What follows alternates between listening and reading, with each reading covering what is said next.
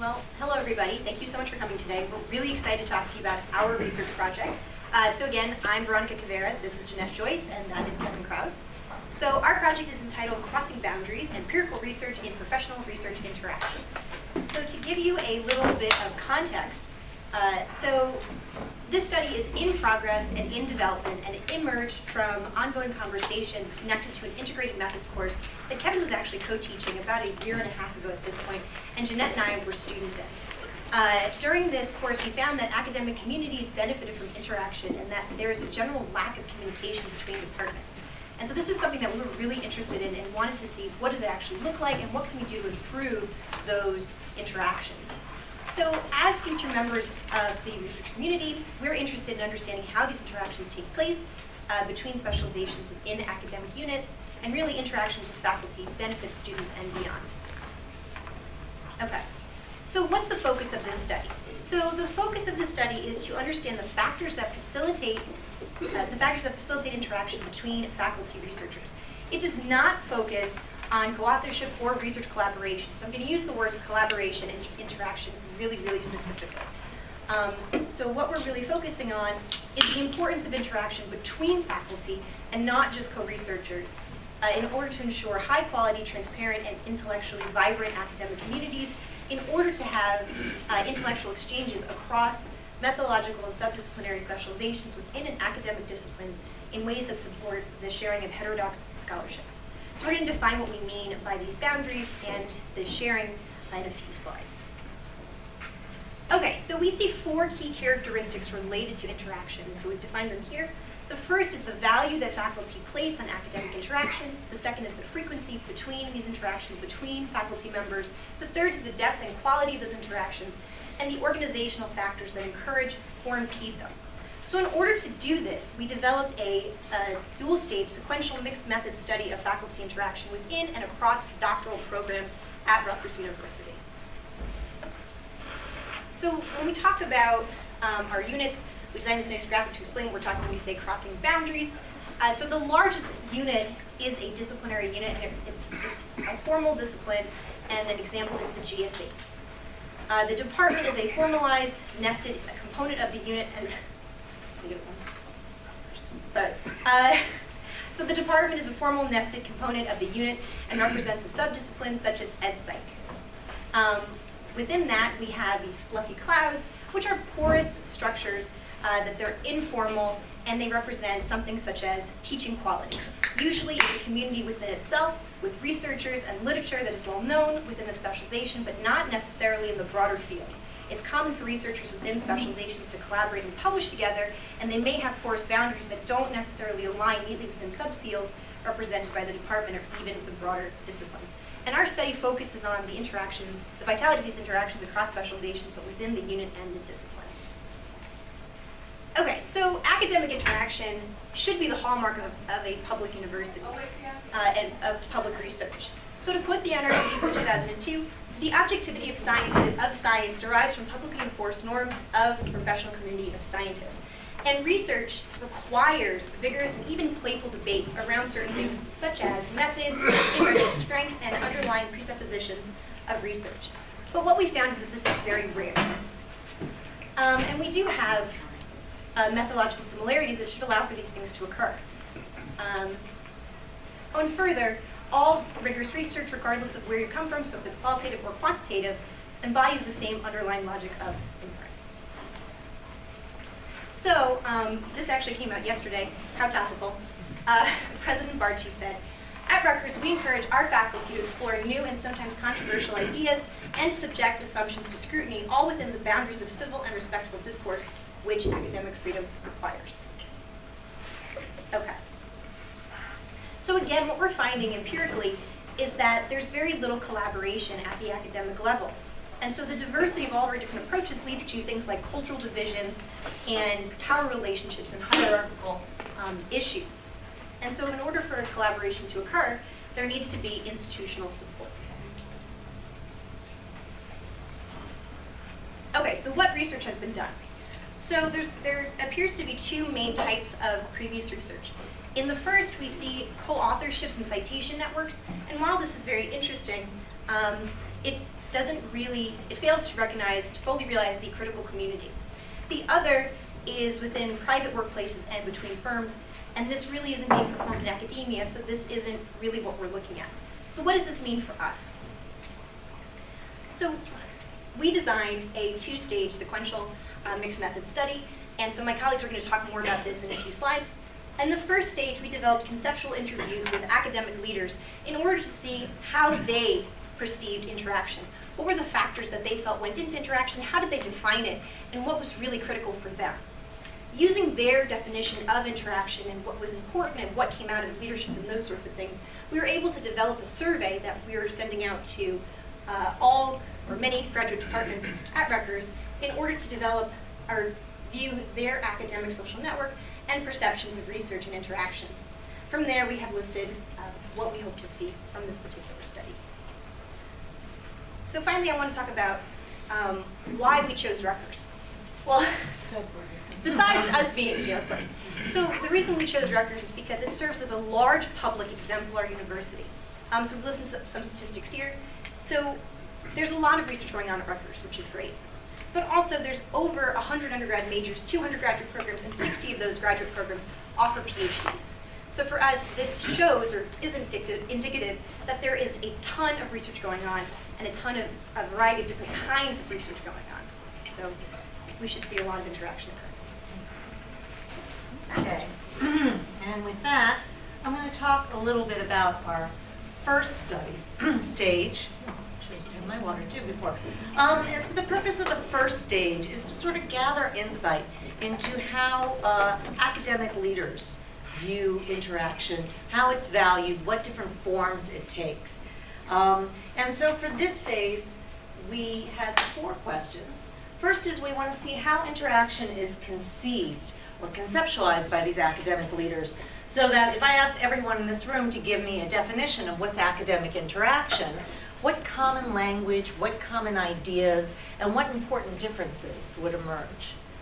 Then secondly, we're interested in how it's valued, and are there any discipline or domain differences that might be interesting to explore. And third, we're interested in the factors that inhibit and facilitate this. And finally, for our second phase, where we're going to be sending out this survey, I'm going to get water here. Thank you.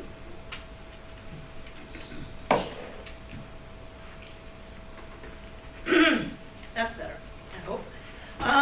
What we want to look at is how do we begin to operationalize this sort of abstract phenomenon so that we can begin to ask meaningful questions in our survey and get meaningful data. Stage 1 design, as Veronica said, began with a review of the literature.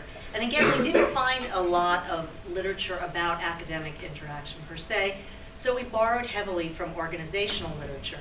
And from that, we began to make a protocol. There we go. Catch up. One more. One less. That's right. So, and in our protocol, we asked questions that would lead to this conceptualization that I described before.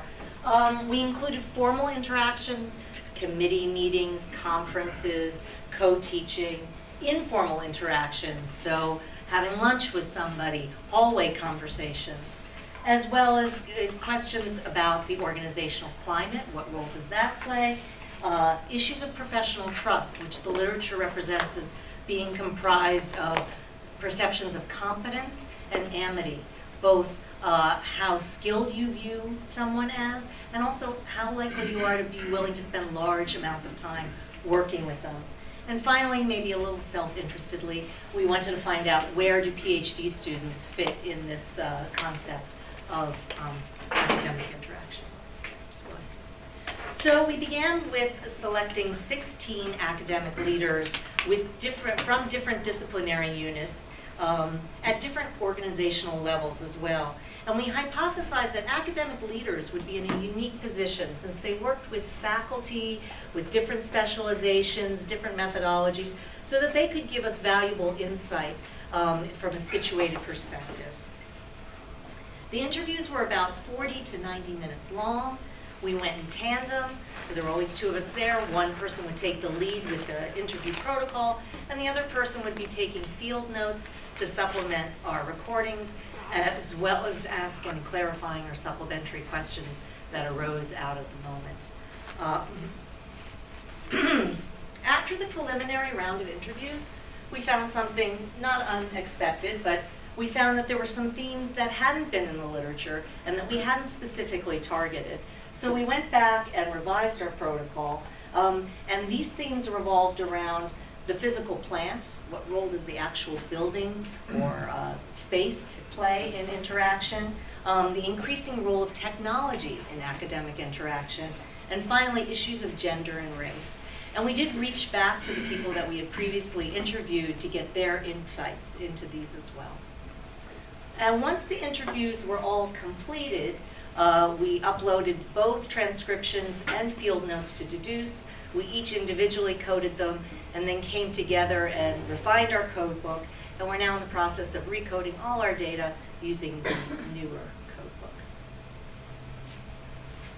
I want to return to the sampling here for just a minute because I want to talk about selecting 16 academic leaders. So I think I've given you a little justification why we want to speak with academic leaders, but we did try to purposefully sample from all 5 campuses and Newark. We also wanted to get across all 5 major classes of academic units, so the harder sciences, the softer sciences, the humanities, pre-professional programs, and as well as specifically interdisciplinary centers. We also wanted to sample at different organizational levels. So we spoke with people who would be above the academic unit, such as a dean, somebody at the top of the academic unit, maybe a chair, and then within the academic unit, so a department head. Okay, but all in leadership roles. And we did explicitly attempt to sample people of color and women, even though they're very underrepresented according to the literature in academic leadership roles. We did reach out and were able to include 7 females and 3 non-white interviewees. I wanted to comment on, for just a second, thanks, on the length of the interviews. Remember I said that's kind of a wide span, 40 to 90 minutes. We did notice that the higher up you were in the organizational level, the more there seemed to be to discuss, especially if you were holding dual roles. So those in more circumscribed roles had somewhat less to say to us. Okay, so the findings.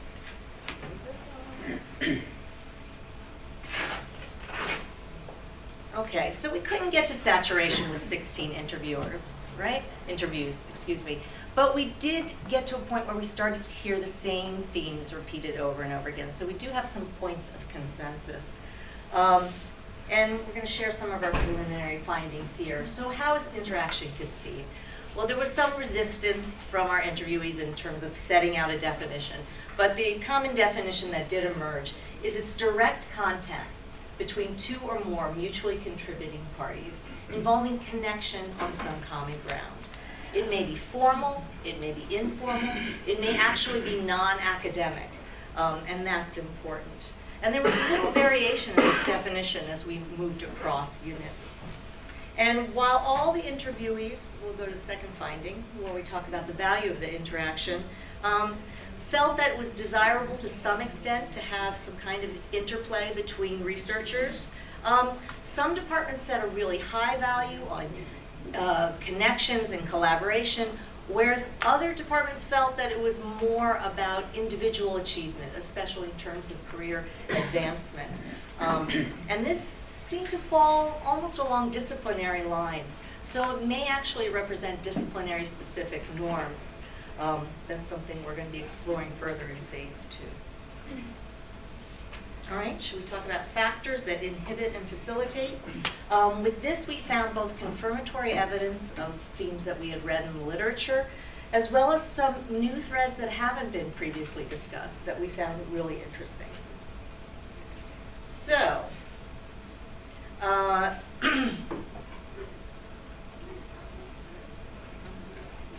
okay. Well, let's talk about communication was pulled up as the most common factor. But this was seen as both inhibitor when it's ineffective or absent, as well as a facilitator when it's well done and frequent. This is also the case for technology. which was somewhat along organizational levels. So the higher you are up in the hierarchy, the more positively you tended to speak about the role of technology in interaction. So this is a variety of factors that we're discussing here. Some are institutional, some are more local, and some are actually even individual.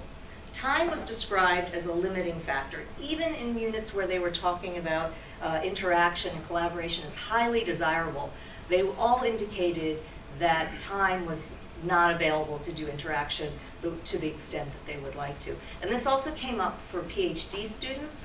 Although there was consensus that working outside your specialization, being versed in other methodologies and other areas would be very helpful to PhD students, there was consensus that that might elongate the time to completion, and therefore that it should be avoided in most cases. Money. Money was seen as a facilitator. When is it not, right? In that, but if you have funds available for hosting informal gatherings or for sending teams of colleagues to conferences, that would be helpful to building bridges and connections. Or even if you, actually one issue where we heard about money as being a limiting factor would be in co-teaching. So we spoke about 3 different models of co-teaching. The one that you hand off, I'll do the first half of the semester, you do the second half of the semester. The alternating model, I'll teach one class, once every other or every other week. And then the integrated model where both professors are there, modeling and engaging in academic interaction. And we did hear from many of our academic leaders that this is something that is limited by being able to pay 2 professors for the same course.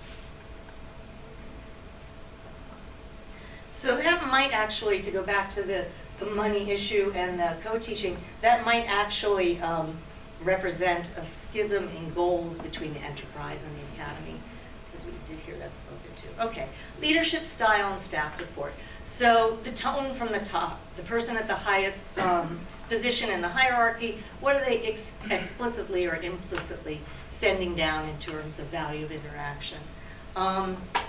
And the role of staff was brought up quite often in terms of, can they take on some of the tasks that would then free up time for interaction? Or do you have staff that's explicitly there to facilitate interaction, such as a grant writing team, that might actually send you towards reaching out to somebody to do research because you wouldn't have to then deal with the mounted paperwork that might create? Let's return to that professional trust and confidence and amity. We did hear from our academic leaders that it wasn't enough if somebody was highly knowledgeable, that there was a likability component, that you were more likely to work with somebody who you wanted to spend a large quantity of time with. So that was important. And then let's return to institutional factors, the physical plant. So is there a space to convene? Is there a space where you can actually run into somebody and have a conversation? Is there a parking space so that you want to come to campus and be here? And this interacts with the technology thread in that more people are telecommuting, and how is that impacting your ability to run into somebody and have a potentially rich conversation?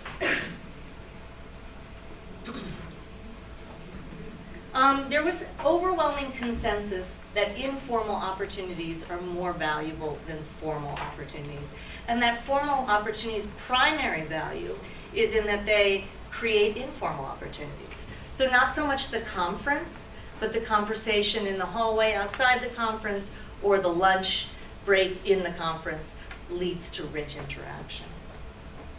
And then finally, we end here with PhD students again. They were seen as a nexus for new connections.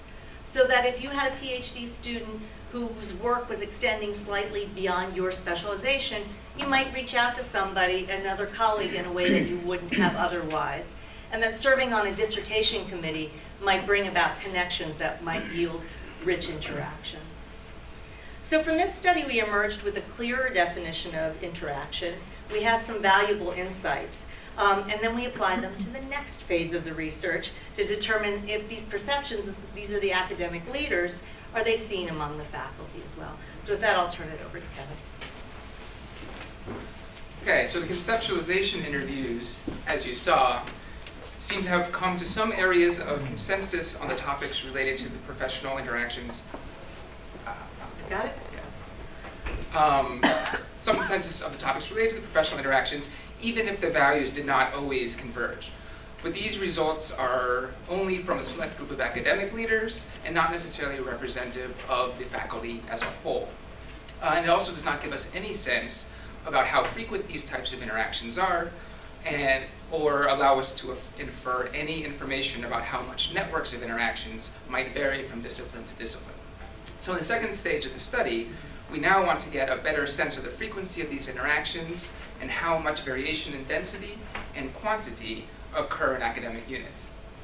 We've all interacted with other faculty in other departments, and it seems that there are very different norms of interactions for researchers and disciplines. It seems that faculty in some departments rarely interact with anyone with whom they don't collaborate, and other faculty seem to have much more diverse social networks. We also expect that a positive research climate would relate to high levels of interaction, as it might reflect that researchers are secure in the view that they think others have of them and feel that they can take the time and effort to reach out in ways that may not directly relate to other publications. So we designed the second stage of the study to capture these ideas broadly through a survey and a social network analysis. We're not talking about Facebook, but rather methods to understand the social relationships within an organization, and then to see how measures derived from these relationships relate to perceptions of organizational climate. Social network analysis allows us to measure social relationships numerically while also considering the interdependence of the complex social system.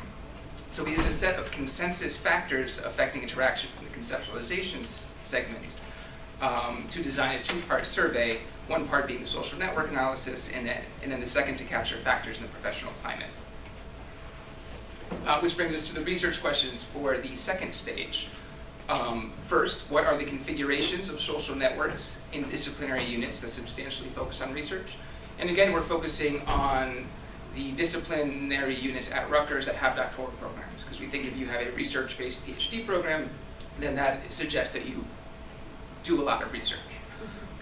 Then how much variation in network characteristics and perceptions of professional climate exist across different disciplinary units, and then to what degree are professional interactions across research specializations driven only by a small number of individuals. And finally, how do network characteristics relate to perceptions of professional climate? So this brings us to where we currently are in the study. We have designed the questionnaire and are about to administer the survey. The survey is administered electronically, but we plan to encourage participation by visiting some faculty meetings to introduce the project, give them an opportunity to talk to us about it. And so we designed a custom online survey engine that leveraged modern web interfaces and a database backend for the survey administration. But because of the sensitivity of the data, the response data sets are moved off the server to an encrypted account on a local machine where IDs are translated so as not to be traceable in the analysis data sets. We can then conduct our analyses with both individuals in specific disciplines anonymous and without any danger that identities can be inferred accidentally.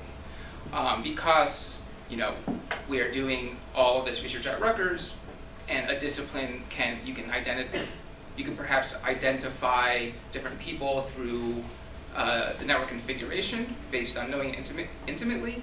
We actually take the discipline out of the analysis data sets and just give it a field designator. So humanities unit A, social sciences unit C, so that even when we are doing the analysis of the data, you can't infer identities.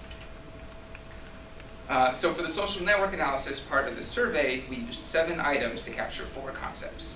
The participants select all the researchers in their listed units and then answer the following items for each one. The first 2 questions ask about whether the participant feels that the selected individuals have the same research focus as them and if they have actually collaborated on a project recently. We then ask how frequently they interact, both in person and through virtual communication, and whether the physical environment impacts the amount of in-person interaction. If they had, say, adjoining offices or a lounge nearby and they often met there, we would say the physical environment facilitates interactions in person. And then if they were in different buildings or the state of repair of the building leads them to avoid working in the departmental offices, the physical environment would discourage those interactions.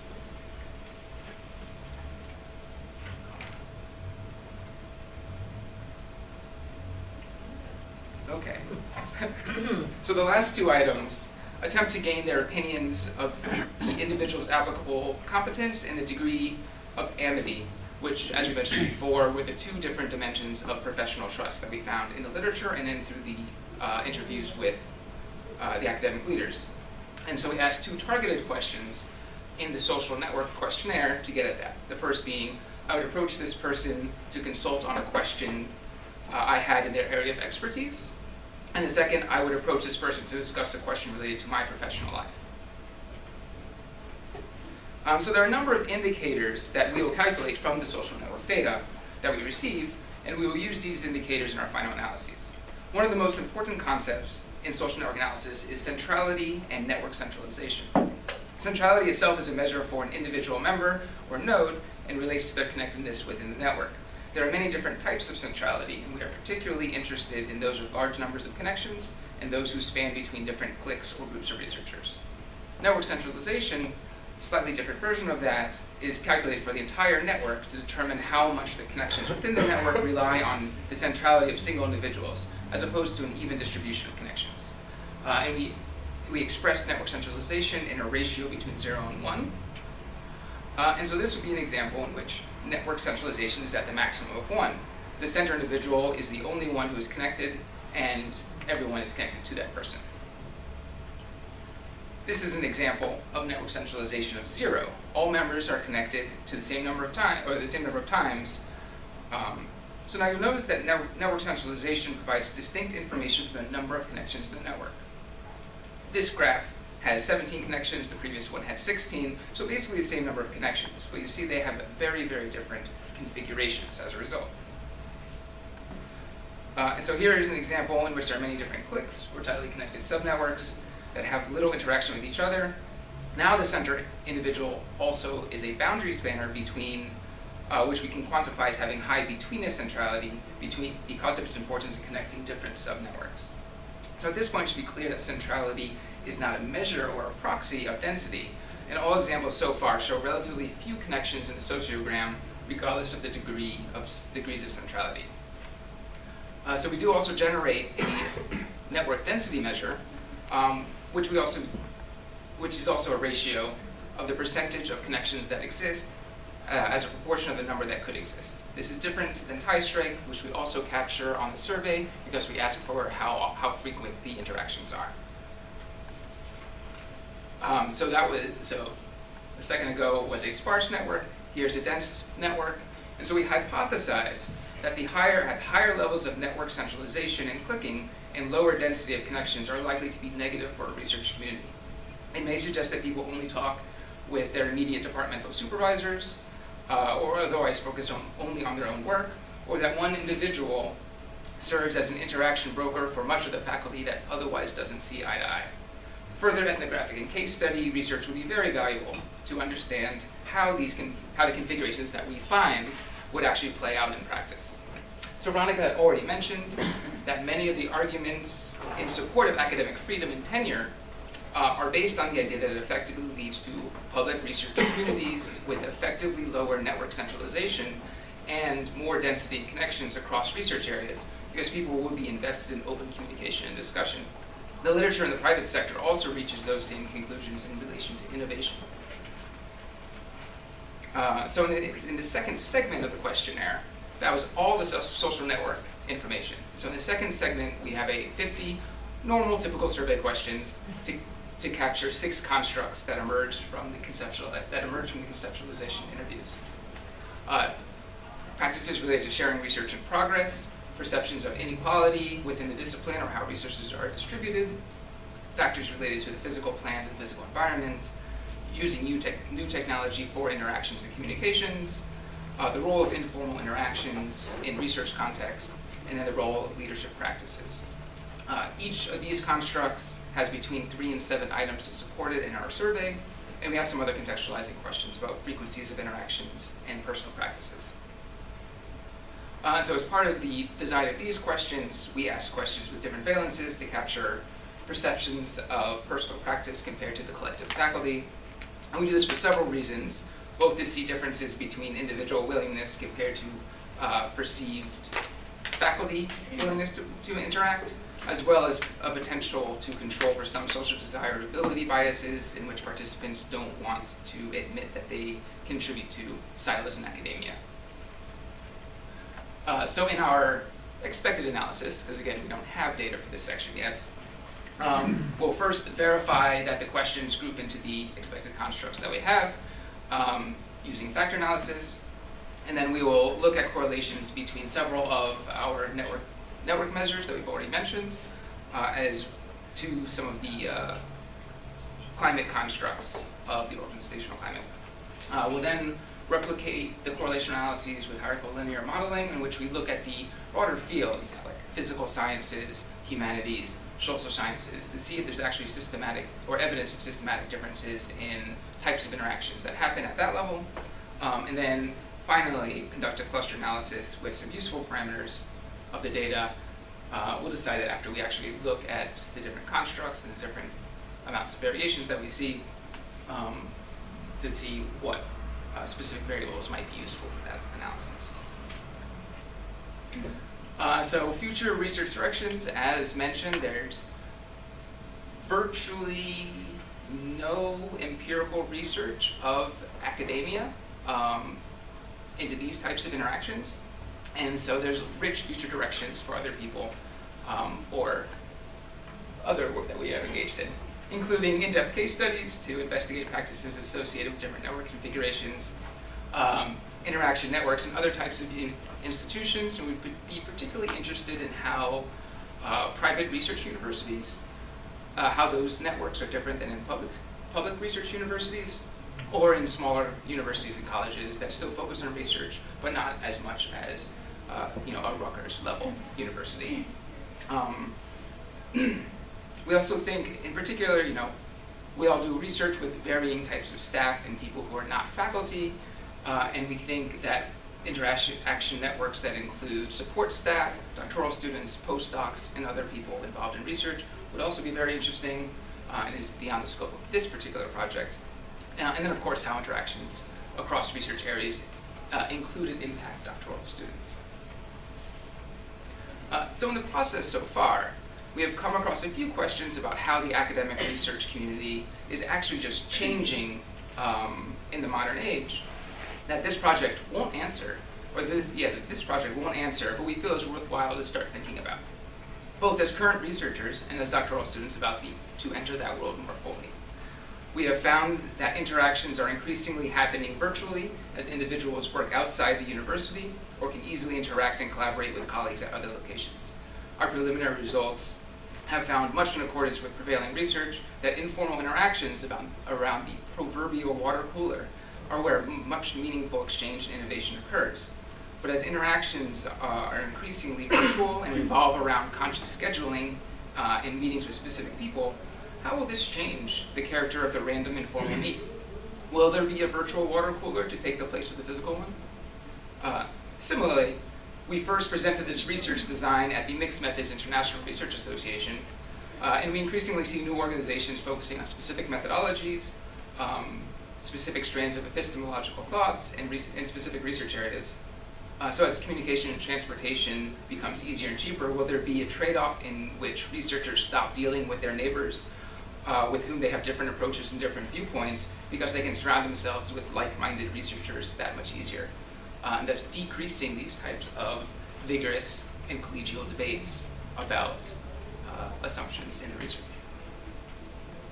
Okay, thank you. We'd like to thank some other researchers that we consulted with about the research design of this project.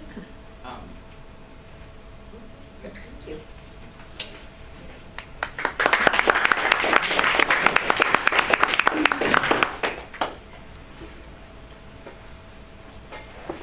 Lots of questions, yes?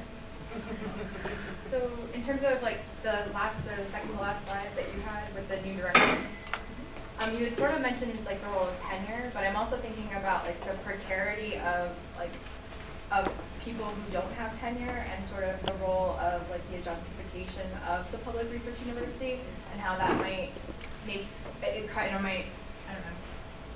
Can you speak to that a little bit? Well, one of the analyses that we plan to do is with the data looking at different levels, just as we looked at the different organizational levels in the conceptualization study, in the environmental climate study, in the survey study, we want to kind of look and see, are there different configurations, and we do ask them to identify at what level they are within the faculty. So are you pre-tenure, are you tenured? Just to begin to see, are there different, what you're saying. And we'll see if they'll. Well, also, we won't capture very much of that because we are focusing on research interactions, and these adjuncts are mostly teaching. We won't have a lot of information about adjuncts. Oh, yeah. Just to follow up on that a little bit, I think that that may be an important aspect because I was thinking about the impact of compensation structures and how it affects, especially things like informal interaction and opportunities there. I was also wondering, just a thought, maybe any preliminary thoughts on the expressed desire some have for an administrative broker or matchmaker to and the impact that would have on the quality of the community, especially if network density is a major factor. And so that came up actually in several of our initial interviews with academic leaders who said that they found that when they were able to get more interactions amongst their faculty, it was when they would design informal but set in time routines and events that people would come to, but it wouldn't necessarily be a formal presentation or a formal seminar. Right, and to talk about the brokerage a little bit more, we did hear from them that if there was a mechanism that would facilitate bringing people together that wasn't faculty driven, but that arose out of a support system, an administrative support system, that was really very helpful. So maybe not necessarily a person, but some kind of system built in for example, if there was a grant application that required interdisciplinary work, that might then, and there was somebody sort of spearheading that grant, then that might bring people together in ways. Thanks. Thank you. Can you go back to your definition of interaction? I have some questions about sort of conceptualization of interaction. Okay. But I want to see. There it is. Yeah. This is the one that arose out of our interviews. That's our working. What did you mean, like when we were talking about? Carly, explain. Or the first one. So. The first one. Okay. Yeah. Because you said it's not about co-authorship and it's not about collaboration. Yeah. So the second point 2. Yeah. So it's not limited to, right? Not limited to co-authorship. You need to add the not word limited to. Right. So I wonder if, I'm finding the concept of interaction related to research that's not co-authorship or not limited to co-authorship or research collaboration. I wonder if you came up with sort of any way to create a typology or some kind of way to sort of thicken your description of interaction, because I feel like if you think more about what interaction could look like, or what it might focus around, it might actually help then think about implications for increasing it. Because I assume the purpose of the research is that there's a high value placed on interaction, and you want to figure out institutionally how to increase and enhance it. I wonder if you came up with a list in your coding of all the different ways people talk about interaction, and if you could then kind of bring those together into bigger sort of thematic concepts around interaction. But I also think it's important to think about sort of what's the goal here, and what would the implications be for supporting it? Because that seems very sketchy here. Well, again, as in progress research. Right. So we have some of those themes emerging from the conceptualization study, and we're looking for support from the surveys, and through the cluster analysis, we're hoping to identify some areas for further exploration. And then ongoing research would be to say, okay, let's go look at one of these configurations that looks very dense and see what are the actual practices and that this community has. and come up with a thick description of what's going on there. And just to clarify, you're saying it's not limited to these things is very different than it's not these things. So just in listening to your talk, that was sort of confusing to me. Okay. Because I thought, well, if it's not these things, what is it? Well, so, I mean, the most concrete example of it is peer review, in which people within the discipline are evaluating the integrity and credibility, or should be, of other people's research. But it's highly unlikely to happen within a department, right? So I think part of the issue that Lisa is raising, and that I think is important, this is the Alan Collins question: why should we care, right? Because if you're thinking about interactions, so first of all, the assumption that was made that more interactions is better, I don't know that there's actually research supporting that. I imagine that all people are doing is gossiping or talking about, Walking Dead. That I don't know that that's really going to enhance anything that an institution would care about. So the argument that all interact, that obviously we see that's not necessarily the case. So the question is then, what kinds of interactions occur, and which ones of those are related to anything that we care about? So one thing is that I'm not sure you've sort of said what we care about. It was sort of in your outcomes. So you have one slide with the outcomes, and you move through it very, very fast, and I didn't catch all the outcomes. But so first of all, what are the kinds of things that interactions could support that we do care about? I don't also remember if your survey asks about different kinds of interactions. So with a person X, right, you have the trust and the empathy, but does it also say what kinds of interactions one has? Because, I could see someone having a lot of interactions with someone that has nothing to do with anything particularly useful, and other kinds of interactions than are, and then there's also might be a story of, well, maybe just being collegial and friendly and nice could lead to more talk about things that are more productive. So I think that sort of thinking about that in terms of what exactly are the outcomes that you think are good? How does different kinds? This is a topology that, right, the taxonomy of different kinds of interactions and what we might anticipate outcomes from them and relationships between them. Because it is the case that if you like someone, you're more likely to start a conversation with them in the water cooler than someone that you don't like in general. So that was sort of my question: is what's the end goal? Because it shouldn't be just to increase interaction. That doesn't seem right. Well, intellectual exchange across. But me having lunch with someone, I could be talking about kids. That's not really intellectual exchange. Right, but I think that so in my, unless you've changed the survey, from what I think that's part of where the definition is sort of iffy, right? Like intellectual exchange. So if I'm talking about my course, and I'm talking about students, and I'm talking about student work, and I'm talking about a particular student cheating, where does the intellectual exchange stop? I mean, so this is getting into more specific details, but we do specifically say we are looking for discussions about research and professional interactions. So and we say not teach. If you're talking about teaching or administrative duties, these are not the interactions we're interested in. By the way, that's not in your That's definition. not very clear coming That's out not of your this slide. definition of I don't know if interaction. Your definition of interaction would include all of the forms that Ravi just including talking about your kids. Which were originally, at some point, they were in there, but then you took them out, right? But so that, I think making that clear in the first couple of slides. And I would add into that, I agree. I think it was kind of confusing because it shifted later on. You said limited to research discussions.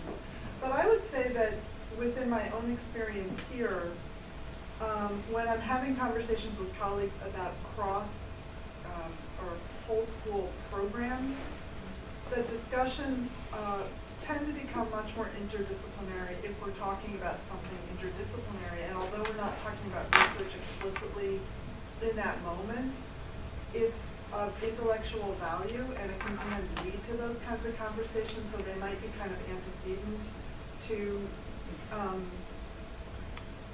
not necessarily interaction about research with those colleagues, but that interdisciplinary conversation about something else could be informative to me in my thinking about my research that kind of goes back to something non-interactive, but that, you know, there are plenty of things that go on in the building that are generative,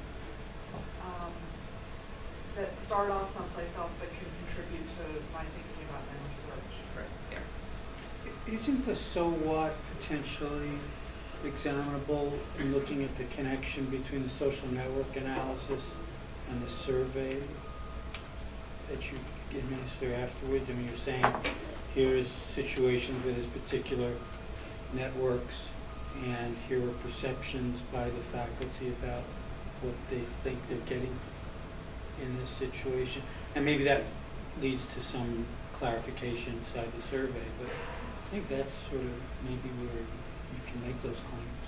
Right. I just think that needs to be, I'm not arguing, the argument is not that this project doesn't have the potential to yield interesting findings. The point is that you want to foreshadow why this is important, what this work could allow us to learn that, you know, is relevant, what do we still not know. So sort of saying there's no research on this, that's fine, but it doesn't really tell me what the gap is, right? Right. So I think following up on these comments, I think we're all, I don't know if you see these things as related, but they're all really related to problem scoping and what your goal is for the thing that you want to do. And so what I'm thinking about, what came to my mind is thinking about the goal and then the method, like temporality, for example, in the kinds of network analysis that you're doing, right? So the thing about innovation and the thing about ideas is it's not like you sit down and you go, today I'm going to have a great idea. And if you do, good for you, let me know. Right? But it's in the momentary exchange that all of a sudden someone says something that you go, wait a second, and it hits something in your long-term memory where an idea gets sparked, right? So the thing is that the temporality of what are the necessary but not sufficient conditions to try and spark that, right? And so, you know, the broader community around innovation is thinking about that now, like with maker spaces and things like that. You bring people together who kind of have a higher order goal and, you know, sort of throw it against the wall and see what sticks, right? So I'm thinking about this in the bigger context of problem scoping around what you want to identify and then peeling off the data. And if one of those things is kind of trying to identify the necessary but not sufficient conditions for what might spark some innovation, that's one theme that I think. So I'm hearing from other people kind of where are you headed with this? There's a really rich ecology, but there's some ways in which problem scoping from that could happen and could predict or allow you to or prescribe what methodologies and what specific research questions and therefore what literature you need to bring in. Was that clear or was that like completely unclear? Good. Oh, okay, good. All right. Go ahead. Okay, this isn't my area of research, but it did sort of, this discussion is making me think of Bruno Latour and actor network theory. And he differentiates between, he's a sociologist, but and a kind of geographer sort of, and it's weird, but he differentiates between intermediaries and mediators in terms of the network. So mediators would create change and intermediaries would just like transmit. And it's about mapping kind of like in a rhizomatic fashion as opposed to like, which is sort of what you're doing. He does like work with science and technology studies, so it might be interesting. I don't know if you've heard of him. Sorry. Just occurred to me as a way of differentiating between interactions that create change or that are generative versus interactions that where like the node is dead, right? Like it happened and like there it is, right? I don't know. Right. I think that's a really good follow-up to some of the comments that I was making, not as articulately as she did, but I think that's a really good way to think about it, right? Because Latour talks about how, you know, reasoning in labs, some of it is a lot like the reasoning you do, you know, in the grocery store. Some of it's not sui generis, and some of it is. And you want to identify what are the things that are sui generis to innovation, to sparking ideas, etc., and then look at, you know, the situation that might give rise to those or allow you to predict, at least in a broad scale, right? But that will require some problem scoping. My question is about like interaction, and how are you planning to measure the quality of the interaction? How are you going to see if interaction is leading somewhere, or if after the conversation they're having, something was constructed in there?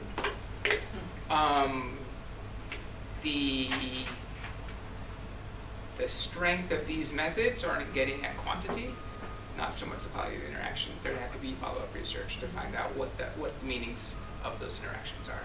Like, we're getting frequencies and then kind of configurations. Well, I'm talking about that because I'm a linguist, and then we can see that when we have interaction, first to measure interaction, we have to take a look at the language that they are using in that conversation. So you can have, just like you said, like you can have a conversation at lunchtime, and then you can talk about anything, but there was no like quality in that interaction. So there are some authors, they talk about it, like for example Vygotsky, and then some other people who talk about language, and then how people develop when they're using their language, and then some questions that I can ask that will lead somewhere and then make people think about what they are saying, right? So there are some like theories that can help measure. I'm not talking about like quantitative things, I'm talking about qualitative things. You're not like measuring, well, this person was here and then after the conversation he was here, but like how the concepts that they were talking about expanded. Yeah, so there are ways in that. The point is language. Right, and that would be a rich topic for a follow-up case study, and to look at these different configurations and then go more qualitatively. And also what kind of environment you are creating in order to have development. For example, in here, we are just having a presentation. We are talking about your topic, and then we are just exchanging and sharing ideas. So this is a very supportive environment where you can have questions, and then you're thinking, you're reflecting. But sometimes there are some environments that we are in, and there is interaction, but there is no quality of interaction. So I'm still curious about your decision to exclude people from, how you're choosing and deciding who is worthy of research-based conversations. And I think that excluding adjuncts is based on a lot of assumptions that I would encourage you to challenge, especially since in order to get an adjunct position, you have to be a member of an adjunct. So I think and respected in some way. The other thing is that I know that you mentioned that you had 7 women and 3 non-white people. You didn't tell us if there was overlap between those, or how. I would really like to know more about how gender and race actually affects people's interactions, because I think we see that especially in the academy, and I think it varies by discipline. And we're hoping to have more information from the survey on that topic. How we doing? Time for more? One more? Yep. Okay. Go. I was just wondering, did I hear correct that in reviewing the literature you all looked at organizational psychology materials? Yeah, I would say. I was just curious, who are some of the figures you looked at in comparing to this? I don't know. Just curious. We can share them with you. Yeah. All right, thank you. Another quickie? Well, thank you all for coming, and thank you so much for presenting. Next week, there's somebody from Blaustein, Julia Sass-Rubin, who's going to discuss the issue as to whether or not charter schools really are underfunded here in New Jersey.